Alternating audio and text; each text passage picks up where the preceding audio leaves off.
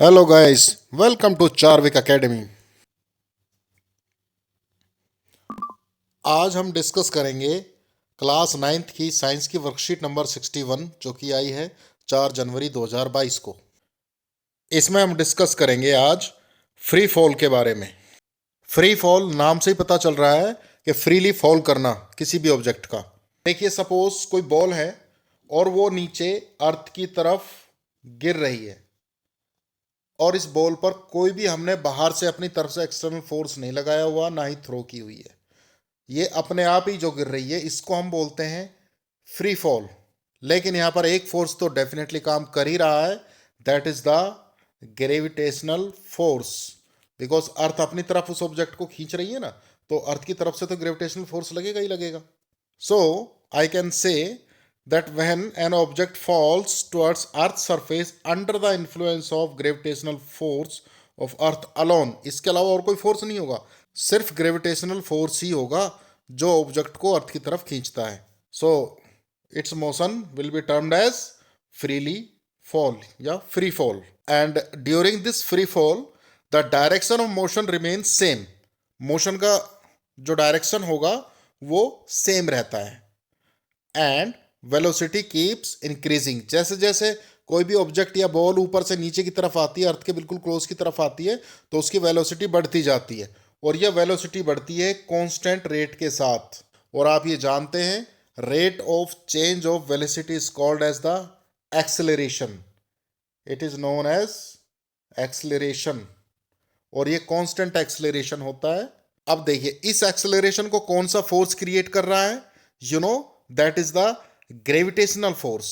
भाई, जो अर्थ अपनी तरफ खींच रही है ऑब्जेक्ट को, वो ग्रेविटेशनल फोर्स लगा रही है। और इस दौरान जो एक्सेलरेशन क्रिएट होता है, that is known as the acceleration due to gravity. And we denote this acceleration due to gravity by small जी।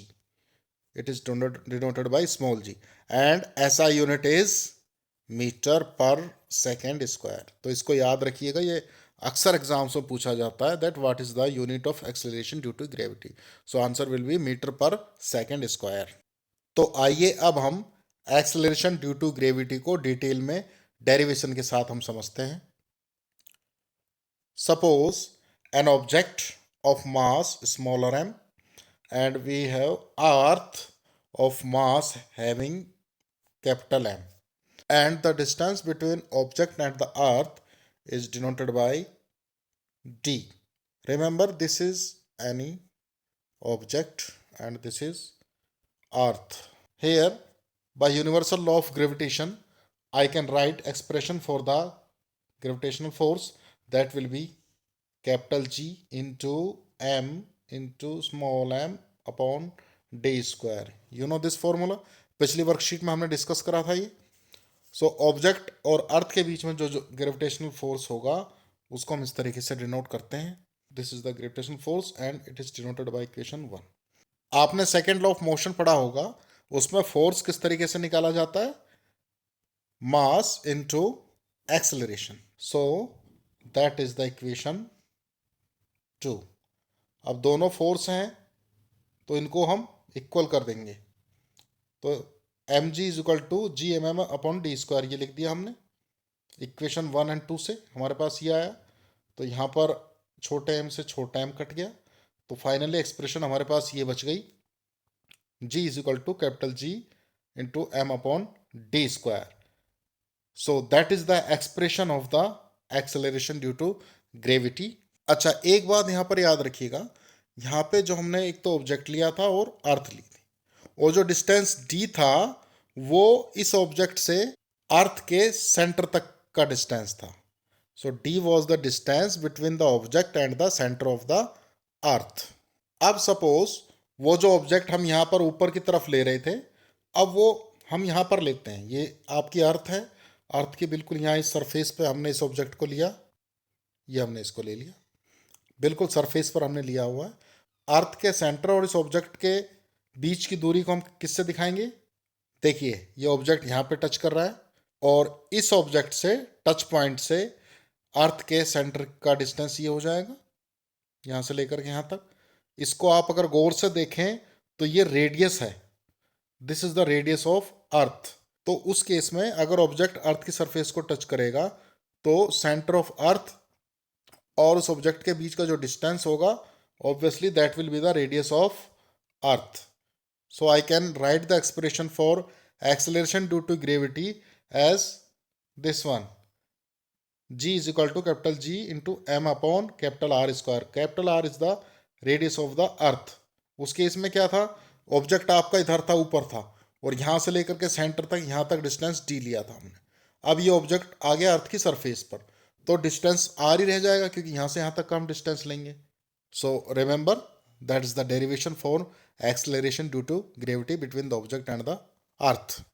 अब देखिए यहाँ पर जो acceleration due to gravity की expression है, that is the smaller g is equal to g into capital M upon r square. यहाँ पे आप देख रहे हैं जो radius of earth है और जो acceleration due to gravity है हमारा, that is the inversely proportional. I can write it as g is inversely, that means 1 upon में आएगा r square. यानी कि r अगर ज़्यादा होगी तो g की वैल्यू कम हो जाएगी. उल्टा होता है यहाँ पर इन्वर्सली प्रोपोर्शनल में, और अगर r की वैल्यू कम होगी तो g की वैल्यू ज़्यादा हो जाएगी. अब एक क्वेश्चन अक्सर आता है एग्जाम्स में कि जो अर्थ है, अर्थ के इक्वेटर पर ज़्यादा ग्रेविटी होगी या पोल पर ज़्यादा ग्रेविटी होगी. अब आप जानते हो अर्थ पूरी तरह एकदम ऐसे गोला तो होती नहीं है, ये थोड़ी ओवल शेप में होती है, इस तरीके से होती है. ये आप देख पा रहे होंगे यहाँ पे. तो ये जो रीजन होते हैं, ये रीजन होता है अर्थ का equatorial region, that is the equator. And ये जो है ऊपर नीचे ये होते हैं पोलर रीजन, ये पोल होते हैं. तो इक्वेटर आप देख पा रहे होंगे, इक्वेटर थोड़े से लंबे होते हैं, इनका डिस्टेंस सेंटर ऑफ अर्थ से थोड़ा ज़्यादा होता है, और जबकि पोल थोड़े से पास में होते हैं. So this distance is more. I can write it as R E, that is the distance between equator and the centre of earth. और जो पोल है तो इस डिस्टेंस को डिनोट किया है यहाँ पर आर पी से, that means distance between the centre of earth and the polar region of the earth. तो अब आप यहाँ जानते हैं ये वाला जो है ना, ये डिस्टेंस ज़्यादा होता है, दैट मीन्स ये डिस्टेंस ज़्यादा है आर ई वाला, तो जी की वैल्यू कम हो जाएगी. तो g at equator will be less. और यहाँ पर आप पोलर रीजन में देखिए, यहाँ पर डिस्टेंस कम है, तो मैंने बताया था इन्वर्सली प्रोपोर्शनल है यहाँ पर, तो डिस्टेंस कम होगा नीचे का, तो जी की वैल्यू ज़्यादा हो जाएगी obviously. So gravity at polar region is more than gravity at equatorial region. So ये लॉजिक आपको अब समझ में आ गया होगा. तो चलिए अब कुछ क्वेश्चंस देख लेते हैं. Question number 1 is explain free fall in brief. तो simply we can write that when an object falls toward Earth's surface under the influence of gravitational force of Earth alone, then its motion is termed as free fall. Only जो force होगा that will be only gravitational force, और कोई इस पे force नहीं होगा. Now come to the next question. What is the acceleration due to gravity and what is its unit? So you can write that acceleration during the free fall is called as acceleration due to gravity and its unit is meter per second square and it is denoted by smaller g. Next question. Derive the formula to calculate the value of g. Now you can derive the formula. यहाँ पे लिखा भी हुआ है, आप यहाँ से देख करके लिख सकते हैं, और अभी हमने समझाया भी है. Next question.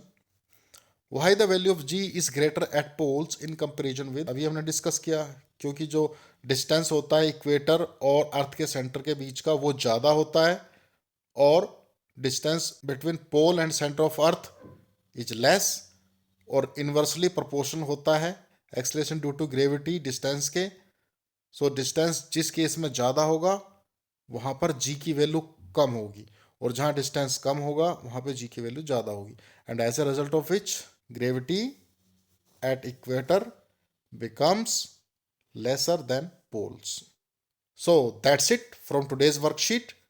अगर आपको वीडियो अच्छी लगी हो तो लाइक कीजिएगा और चैनल को सब्सक्राइब कीजिएगा. अब मिलते हैं नेक्स्ट टाइम नई वर्कशीट नए टॉपिक के साथ. Till then take care, good bye.